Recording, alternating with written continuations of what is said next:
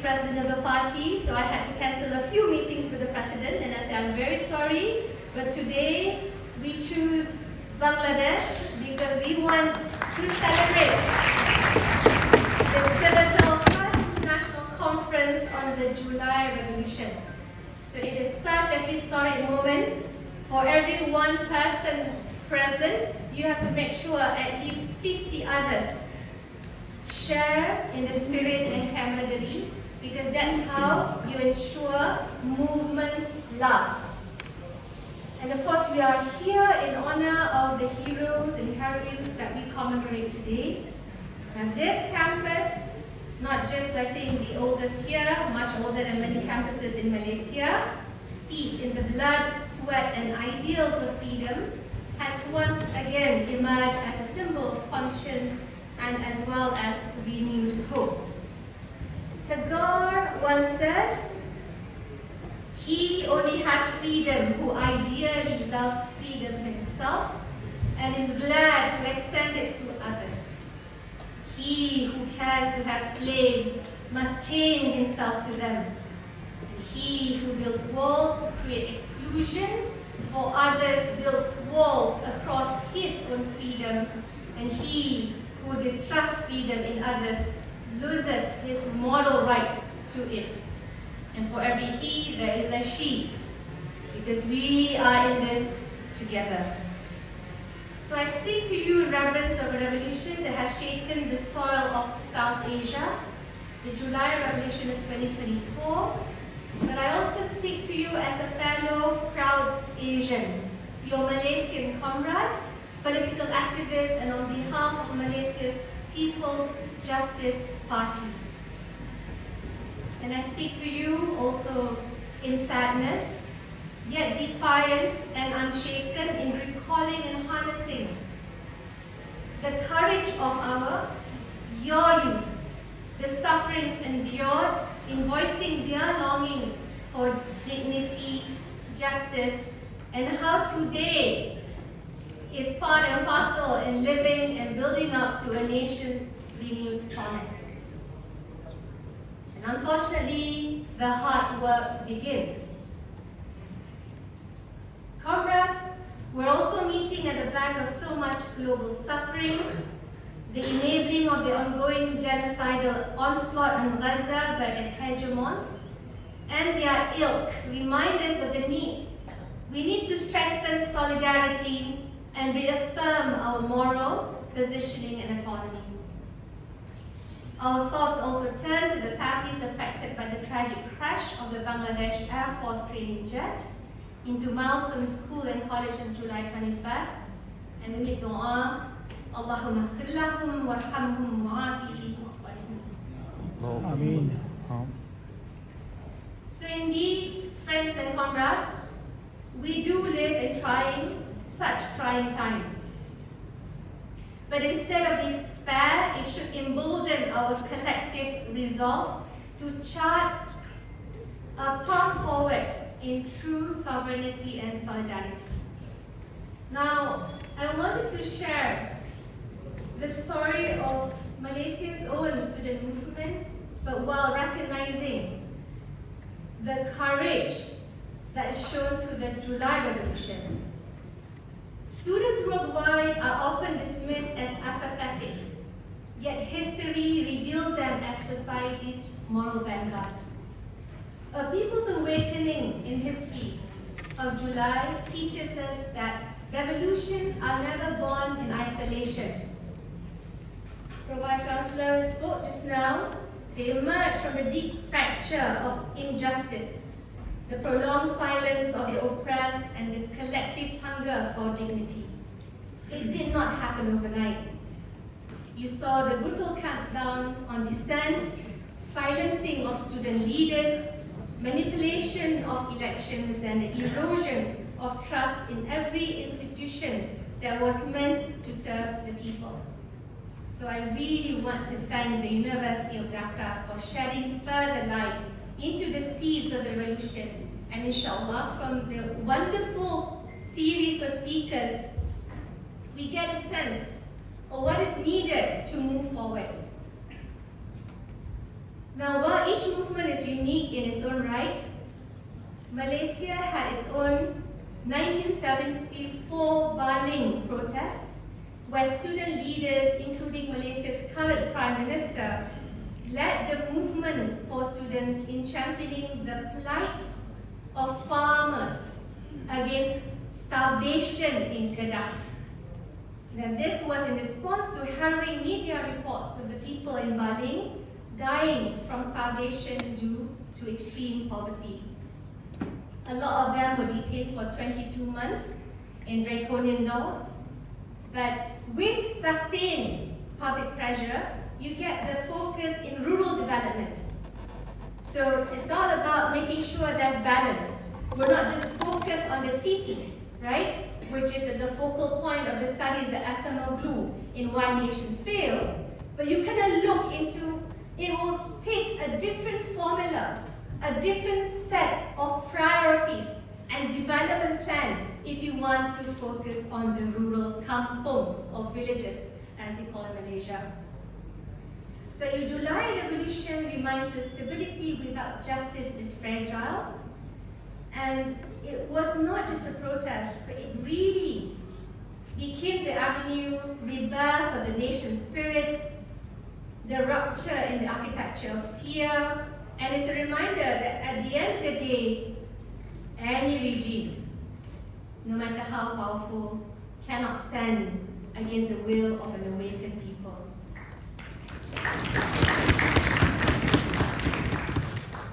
So if I may, I wanted to share some of the suggestions based on our own humble experience.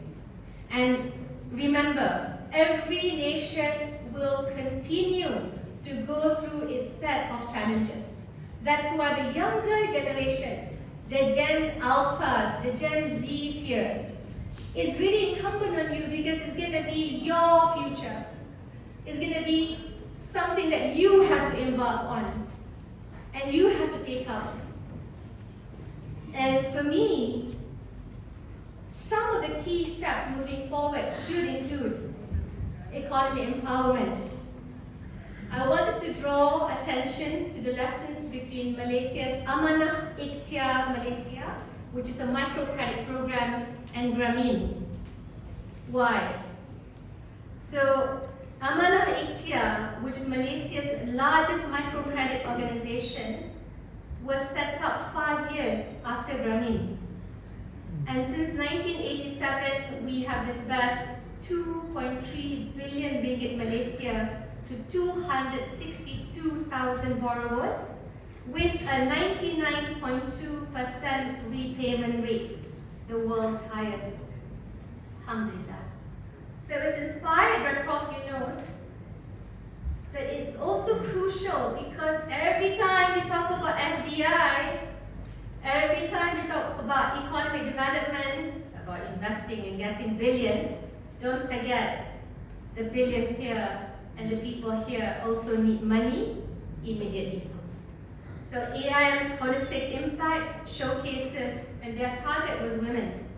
So they empower female heads of households, and for me, of course, it's an important microcredit story. Now, coming back to the issue or the story from Dhaka to Kuala Lumpur, I then want to move on to share some of Malaysia's own experiences. I was surprised because some of the professors here were very well versed in the Reformasi movement. And you know, it's really interesting. When it first was ignited in 1998, that the Surya Anwar Ibrahim's persecution transformed streets into classrooms of resistance. And we took over an existing political party, a multiracial party at the time, by 1999, since the regime blocked the creation of new political parties on ideals mirroring your own July Revolution, free speech, institutional checks, electoral integrity, and economic justice for all. And as you can see, if some of you follow the Malaysian news online, the opposition just held a demonstration most of them still wrangling with corruption charges, but much space was accorded without the water cannon for free speech. So in my lifetime at least, I saw a reversal from the earlier Mahathirist years of demonstrating to today.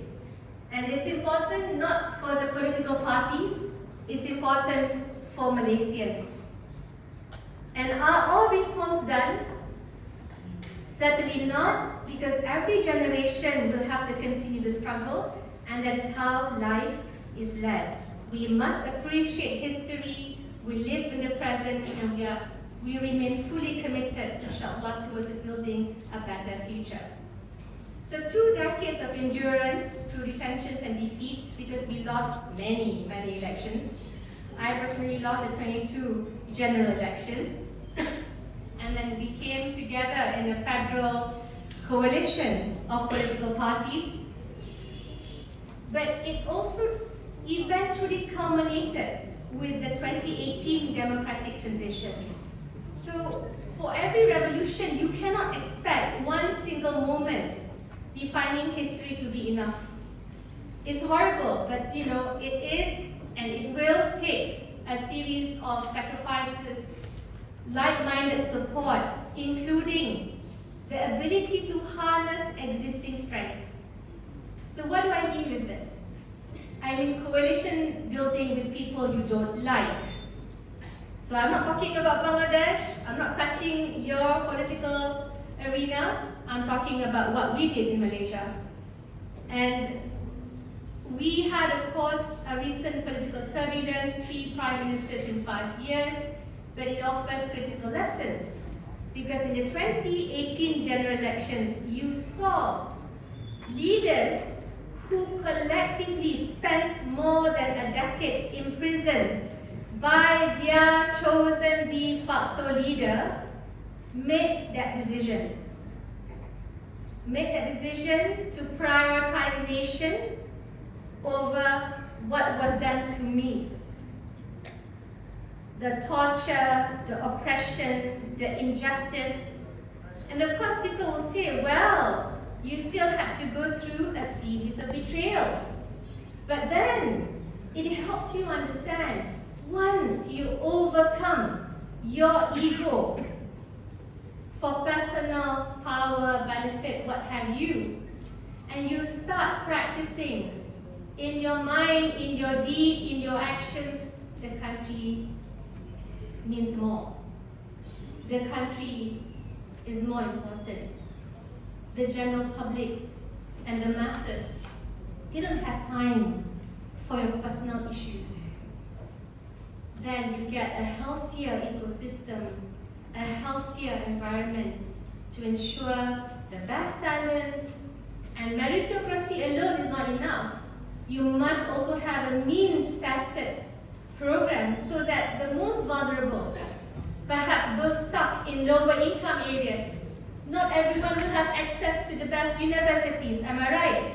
Some people would have parents in prison. Some people would have difficulty after intergenerational trauma. You must ensure there are sufficient robust safety nets to lift not just those who have access to the best that the world can offer, but those who need to at least have equal opportunity in doing so. Questions? Inshallah. I mean, I have to thank my own Reformasi journey because I grew up as a prefect, I grew up as a scout. So you see only good people, good behavior around you. And then when my father was in prison, I went to prison to visit him, but I saw more than just the visits. I saw so many people from the lower income group. They didn't have enough money to pay for transportation so they can visit their loved one who is in prison. They don't have enough money to even pay for legal support. So that's why prison reform became one of the priorities when I was members of parliament. Because it's not just about you, it's about your experiences and how you can try to tweak and improve the experiences of many others who remain voiceless. Now, the next question I want to ask all of you, as much as you want rights, freedom of speech, electoral sovereignty, I think we can't lose sight of economic sovereignty, because you also want to make sure whatever successes in terms of this new convivencia, this new ecosystem where political parties, where student movements, where activism can live side by side, succeed, and is sustainable, is through economic sovereignty. Now, the question of how do we ensure our pension fund for Malaysia is the Employees Provident Fund. They are huge, they cover up to 60% of the workforce, and they provide for better days to come once you retire. So they then also help buy government debt to lessen high degree of percentage of foreign debt. And they remain Malaysia's most trusted institution to date. So the concern now is, every single time we have engagements with them, how do you tackle the 40% in the informal sector? People talk about the gig economy. Inshallah, Malaysia by next month will introduce a new law governing the gig workers. Why is it important? When you're doing your work, if you meet with an accident, are you protected? What happens to your right? Not just the company's right to utilize your hours in a modern slavery-like system just to make things convenient for customers. Our PNB Sovereign Wealth Fund, using unit trust and nationalized plantations, you secure revenue from natural resources is reinvested and enjoyed by the many, not the few, where farmers as well as planters hold equity. So I'm just saying to all of you, today, as you celebrate, the hard work remains, because even if you speak about your petroleum resources, how do you make sure that it's downstream development capability? We've had experience, of course, with Petronas, and the issue is they should be harnessed. This is belonging to the people of Bangladesh, and you don't want, because you don't have the time to develop, you are at the mercy of big multinationals who sometimes, or most times, don't care about the plight of average Bangladeshis. So ladies and gentlemen, comrades, we move to the path forward. We honor the July Revolution sacrifices, and I hope that first we ground politics in principle, where you can serve with justice, compassion, and integrity. And it's important also, at the end of the day, to work together. I see a lot of diaspora, Bangladeshi diaspora coming, and I think it's important. It requires, they call it, it takes a whole village, right? But it really does. For any movement to take place, there's so many complex problems in today's world. Take your pick. Issues of working conditions, issues of economic development. Is the FDI you're getting, is it fair, and does it help local enterprises? Issues of efficiency, issues of fighting corruption. Corruption, my goodness, is not just the politicians at fault. It's also the deep state. It's also the different layers of human beings who forget sometimes they should be human and caring, but care more about profit than sharing. And of course, as mentioned earlier, you leverage diversity. I think this is a bit more challenging in a world where everything's become an echo chamber. You just watch your social media, you only talk to the people like you. You hardly see things that you dislike. You hardly meet people who are different, because that is the algorithm, again, set up by the powers that be. And this powers that be makes you question, are we really in control? And that's how regulations, control, and management of the usage of social media should take centerpiece in any government's minds. So I wanted to state that there is a rising generation across the global south building new ideas and unity against weapons to fight outdated systems. I'm asking, please let us share vision, prioritizing justice over profit, indigenous wisdom over foreign templates, and global solidarity over isolation. You must have a working industrial policy. I remember when Malaysia first came out with our own industrial policy, we were attacked by the West by not embracing the market economy enough. But everyone knows the weaknesses and failures of the market economy when it goes rampant, when it allows greed to go crazy, just during the pandemic. I don't think we want to be like that. We want to make sure that we have enough degree of safety nets to provide for our people. Bangladesh trying today becomes Nigeria's blueprint tomorrow and Malaysia's imperative next. Our fates, inshallah, always intertwined in struggle and solidarity. I hope by exchanging knowledge and standing united in pain and victory, we redefine power for the marginalized. The July Revolution ignited a beacon of change, so we must continue to champion economic dignity, uphold student-led conscience, build coalitions anchored in sincerity, not expediency or reduced expediency, having a clear-cut sense of industrial policy, protect your sovereign wealth, and always be on the lookout for political and policy risks. May justice be your compass, courage your currency, and freedom your eternal flame. Inkilab Zindabad. Inkilab. Wassalamualaikum.